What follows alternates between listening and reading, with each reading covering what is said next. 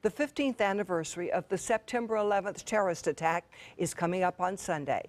In the days that followed that attack, there were many images that were photographed, and an exhibit entitled "And Then There Was Quiet" is here on the Suncoast for the anniversary. Photographer David Gordon is here with us today to discuss his photographs that were taken during those times.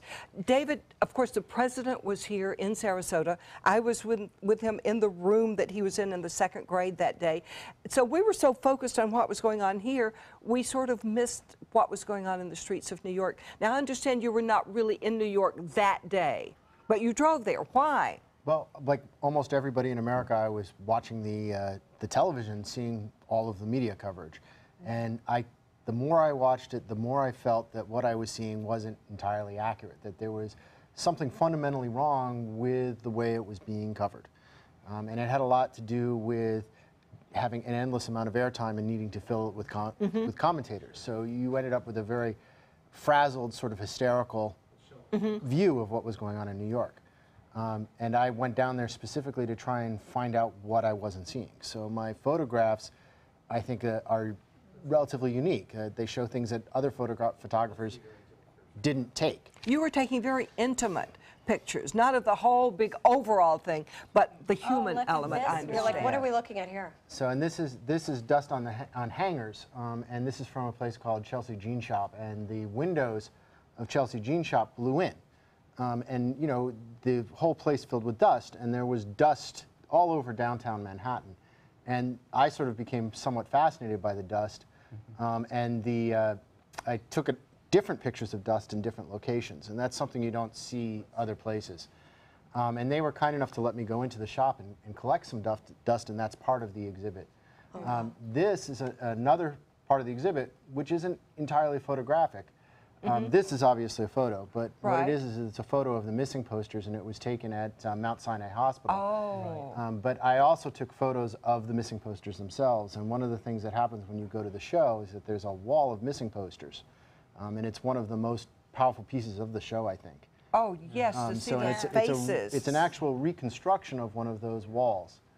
So if you go to the show, in addition to the photography, you'll see the posters, you'll see actual dust from 9/11, which is collected and available to look at. And we also have a reproduction of the kinds of shrines that popped up all over Lower Manhattan. Seeing that just gave me goosebumps. It's, Yes. you know, even years later, it's still emotional to actually see some of these things. Do you find that when you're looking at your pictures, it takes you back to that day? Absolutely, and the dust is particularly. I mean, just the visceral response. That, you know, it's not a lot of the pictures. Some of the pictures I think are really excellent pictures, but a lot of the pictures are only powerful in the context of the show. And you don't show in galleries, you show in what, libraries and historical places? I have shown in galleries. I primarily show in libraries and public buildings, but my requirement for where I choose to show it is that it must always be free to the public and available to them. So I never profit from any of I've not profited in any way from any of the images. The places that I show it can't profit from it. This coming next year, we're actually raising money to send the show around the world with Sarasota Sister Cities. Oh, wow. Oh, really? How did that evolve? How did you get in a partnership with Sarasota? Well, I had this idea. I met them through the Sarasota-Bradenton Pentathlon, which I was doing some photography for and some other stuff. And I really love the organization, and we share a common view that when you see people as people, it becomes difficult to be violent against them, and that it leads to peace. So our thought, and the reason I think they're very excited about the show, is that by showing it in as many as 9 different countries, which is how many sister cities Sarasota has, we'll be connecting people together in a sort of a common understanding of terrorism being bad. Oh, what a great thing. That's sort of a simplification, but you know, those kinds of connections I think are really incredibly and a reminder that we're still fighting. You know, I think 15 years later, that's what many of us can take away from this. It's not gone. And that we're not fighting about separate political problems. No. But we're all in it together. The world is against the terrorists. It's not just us. That's something that right after 9/11 we all felt. Yes. And now we're fighting about other things. Yeah.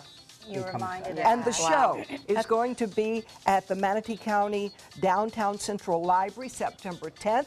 from 1 to 3, and then it's going to be there through the 30th, right? Yep, The absolutely. Manatee County Downtown Central Library. It's called Then There Was Quiet, New York After 9/11. Thank you so much. We can't wait to see more of your work.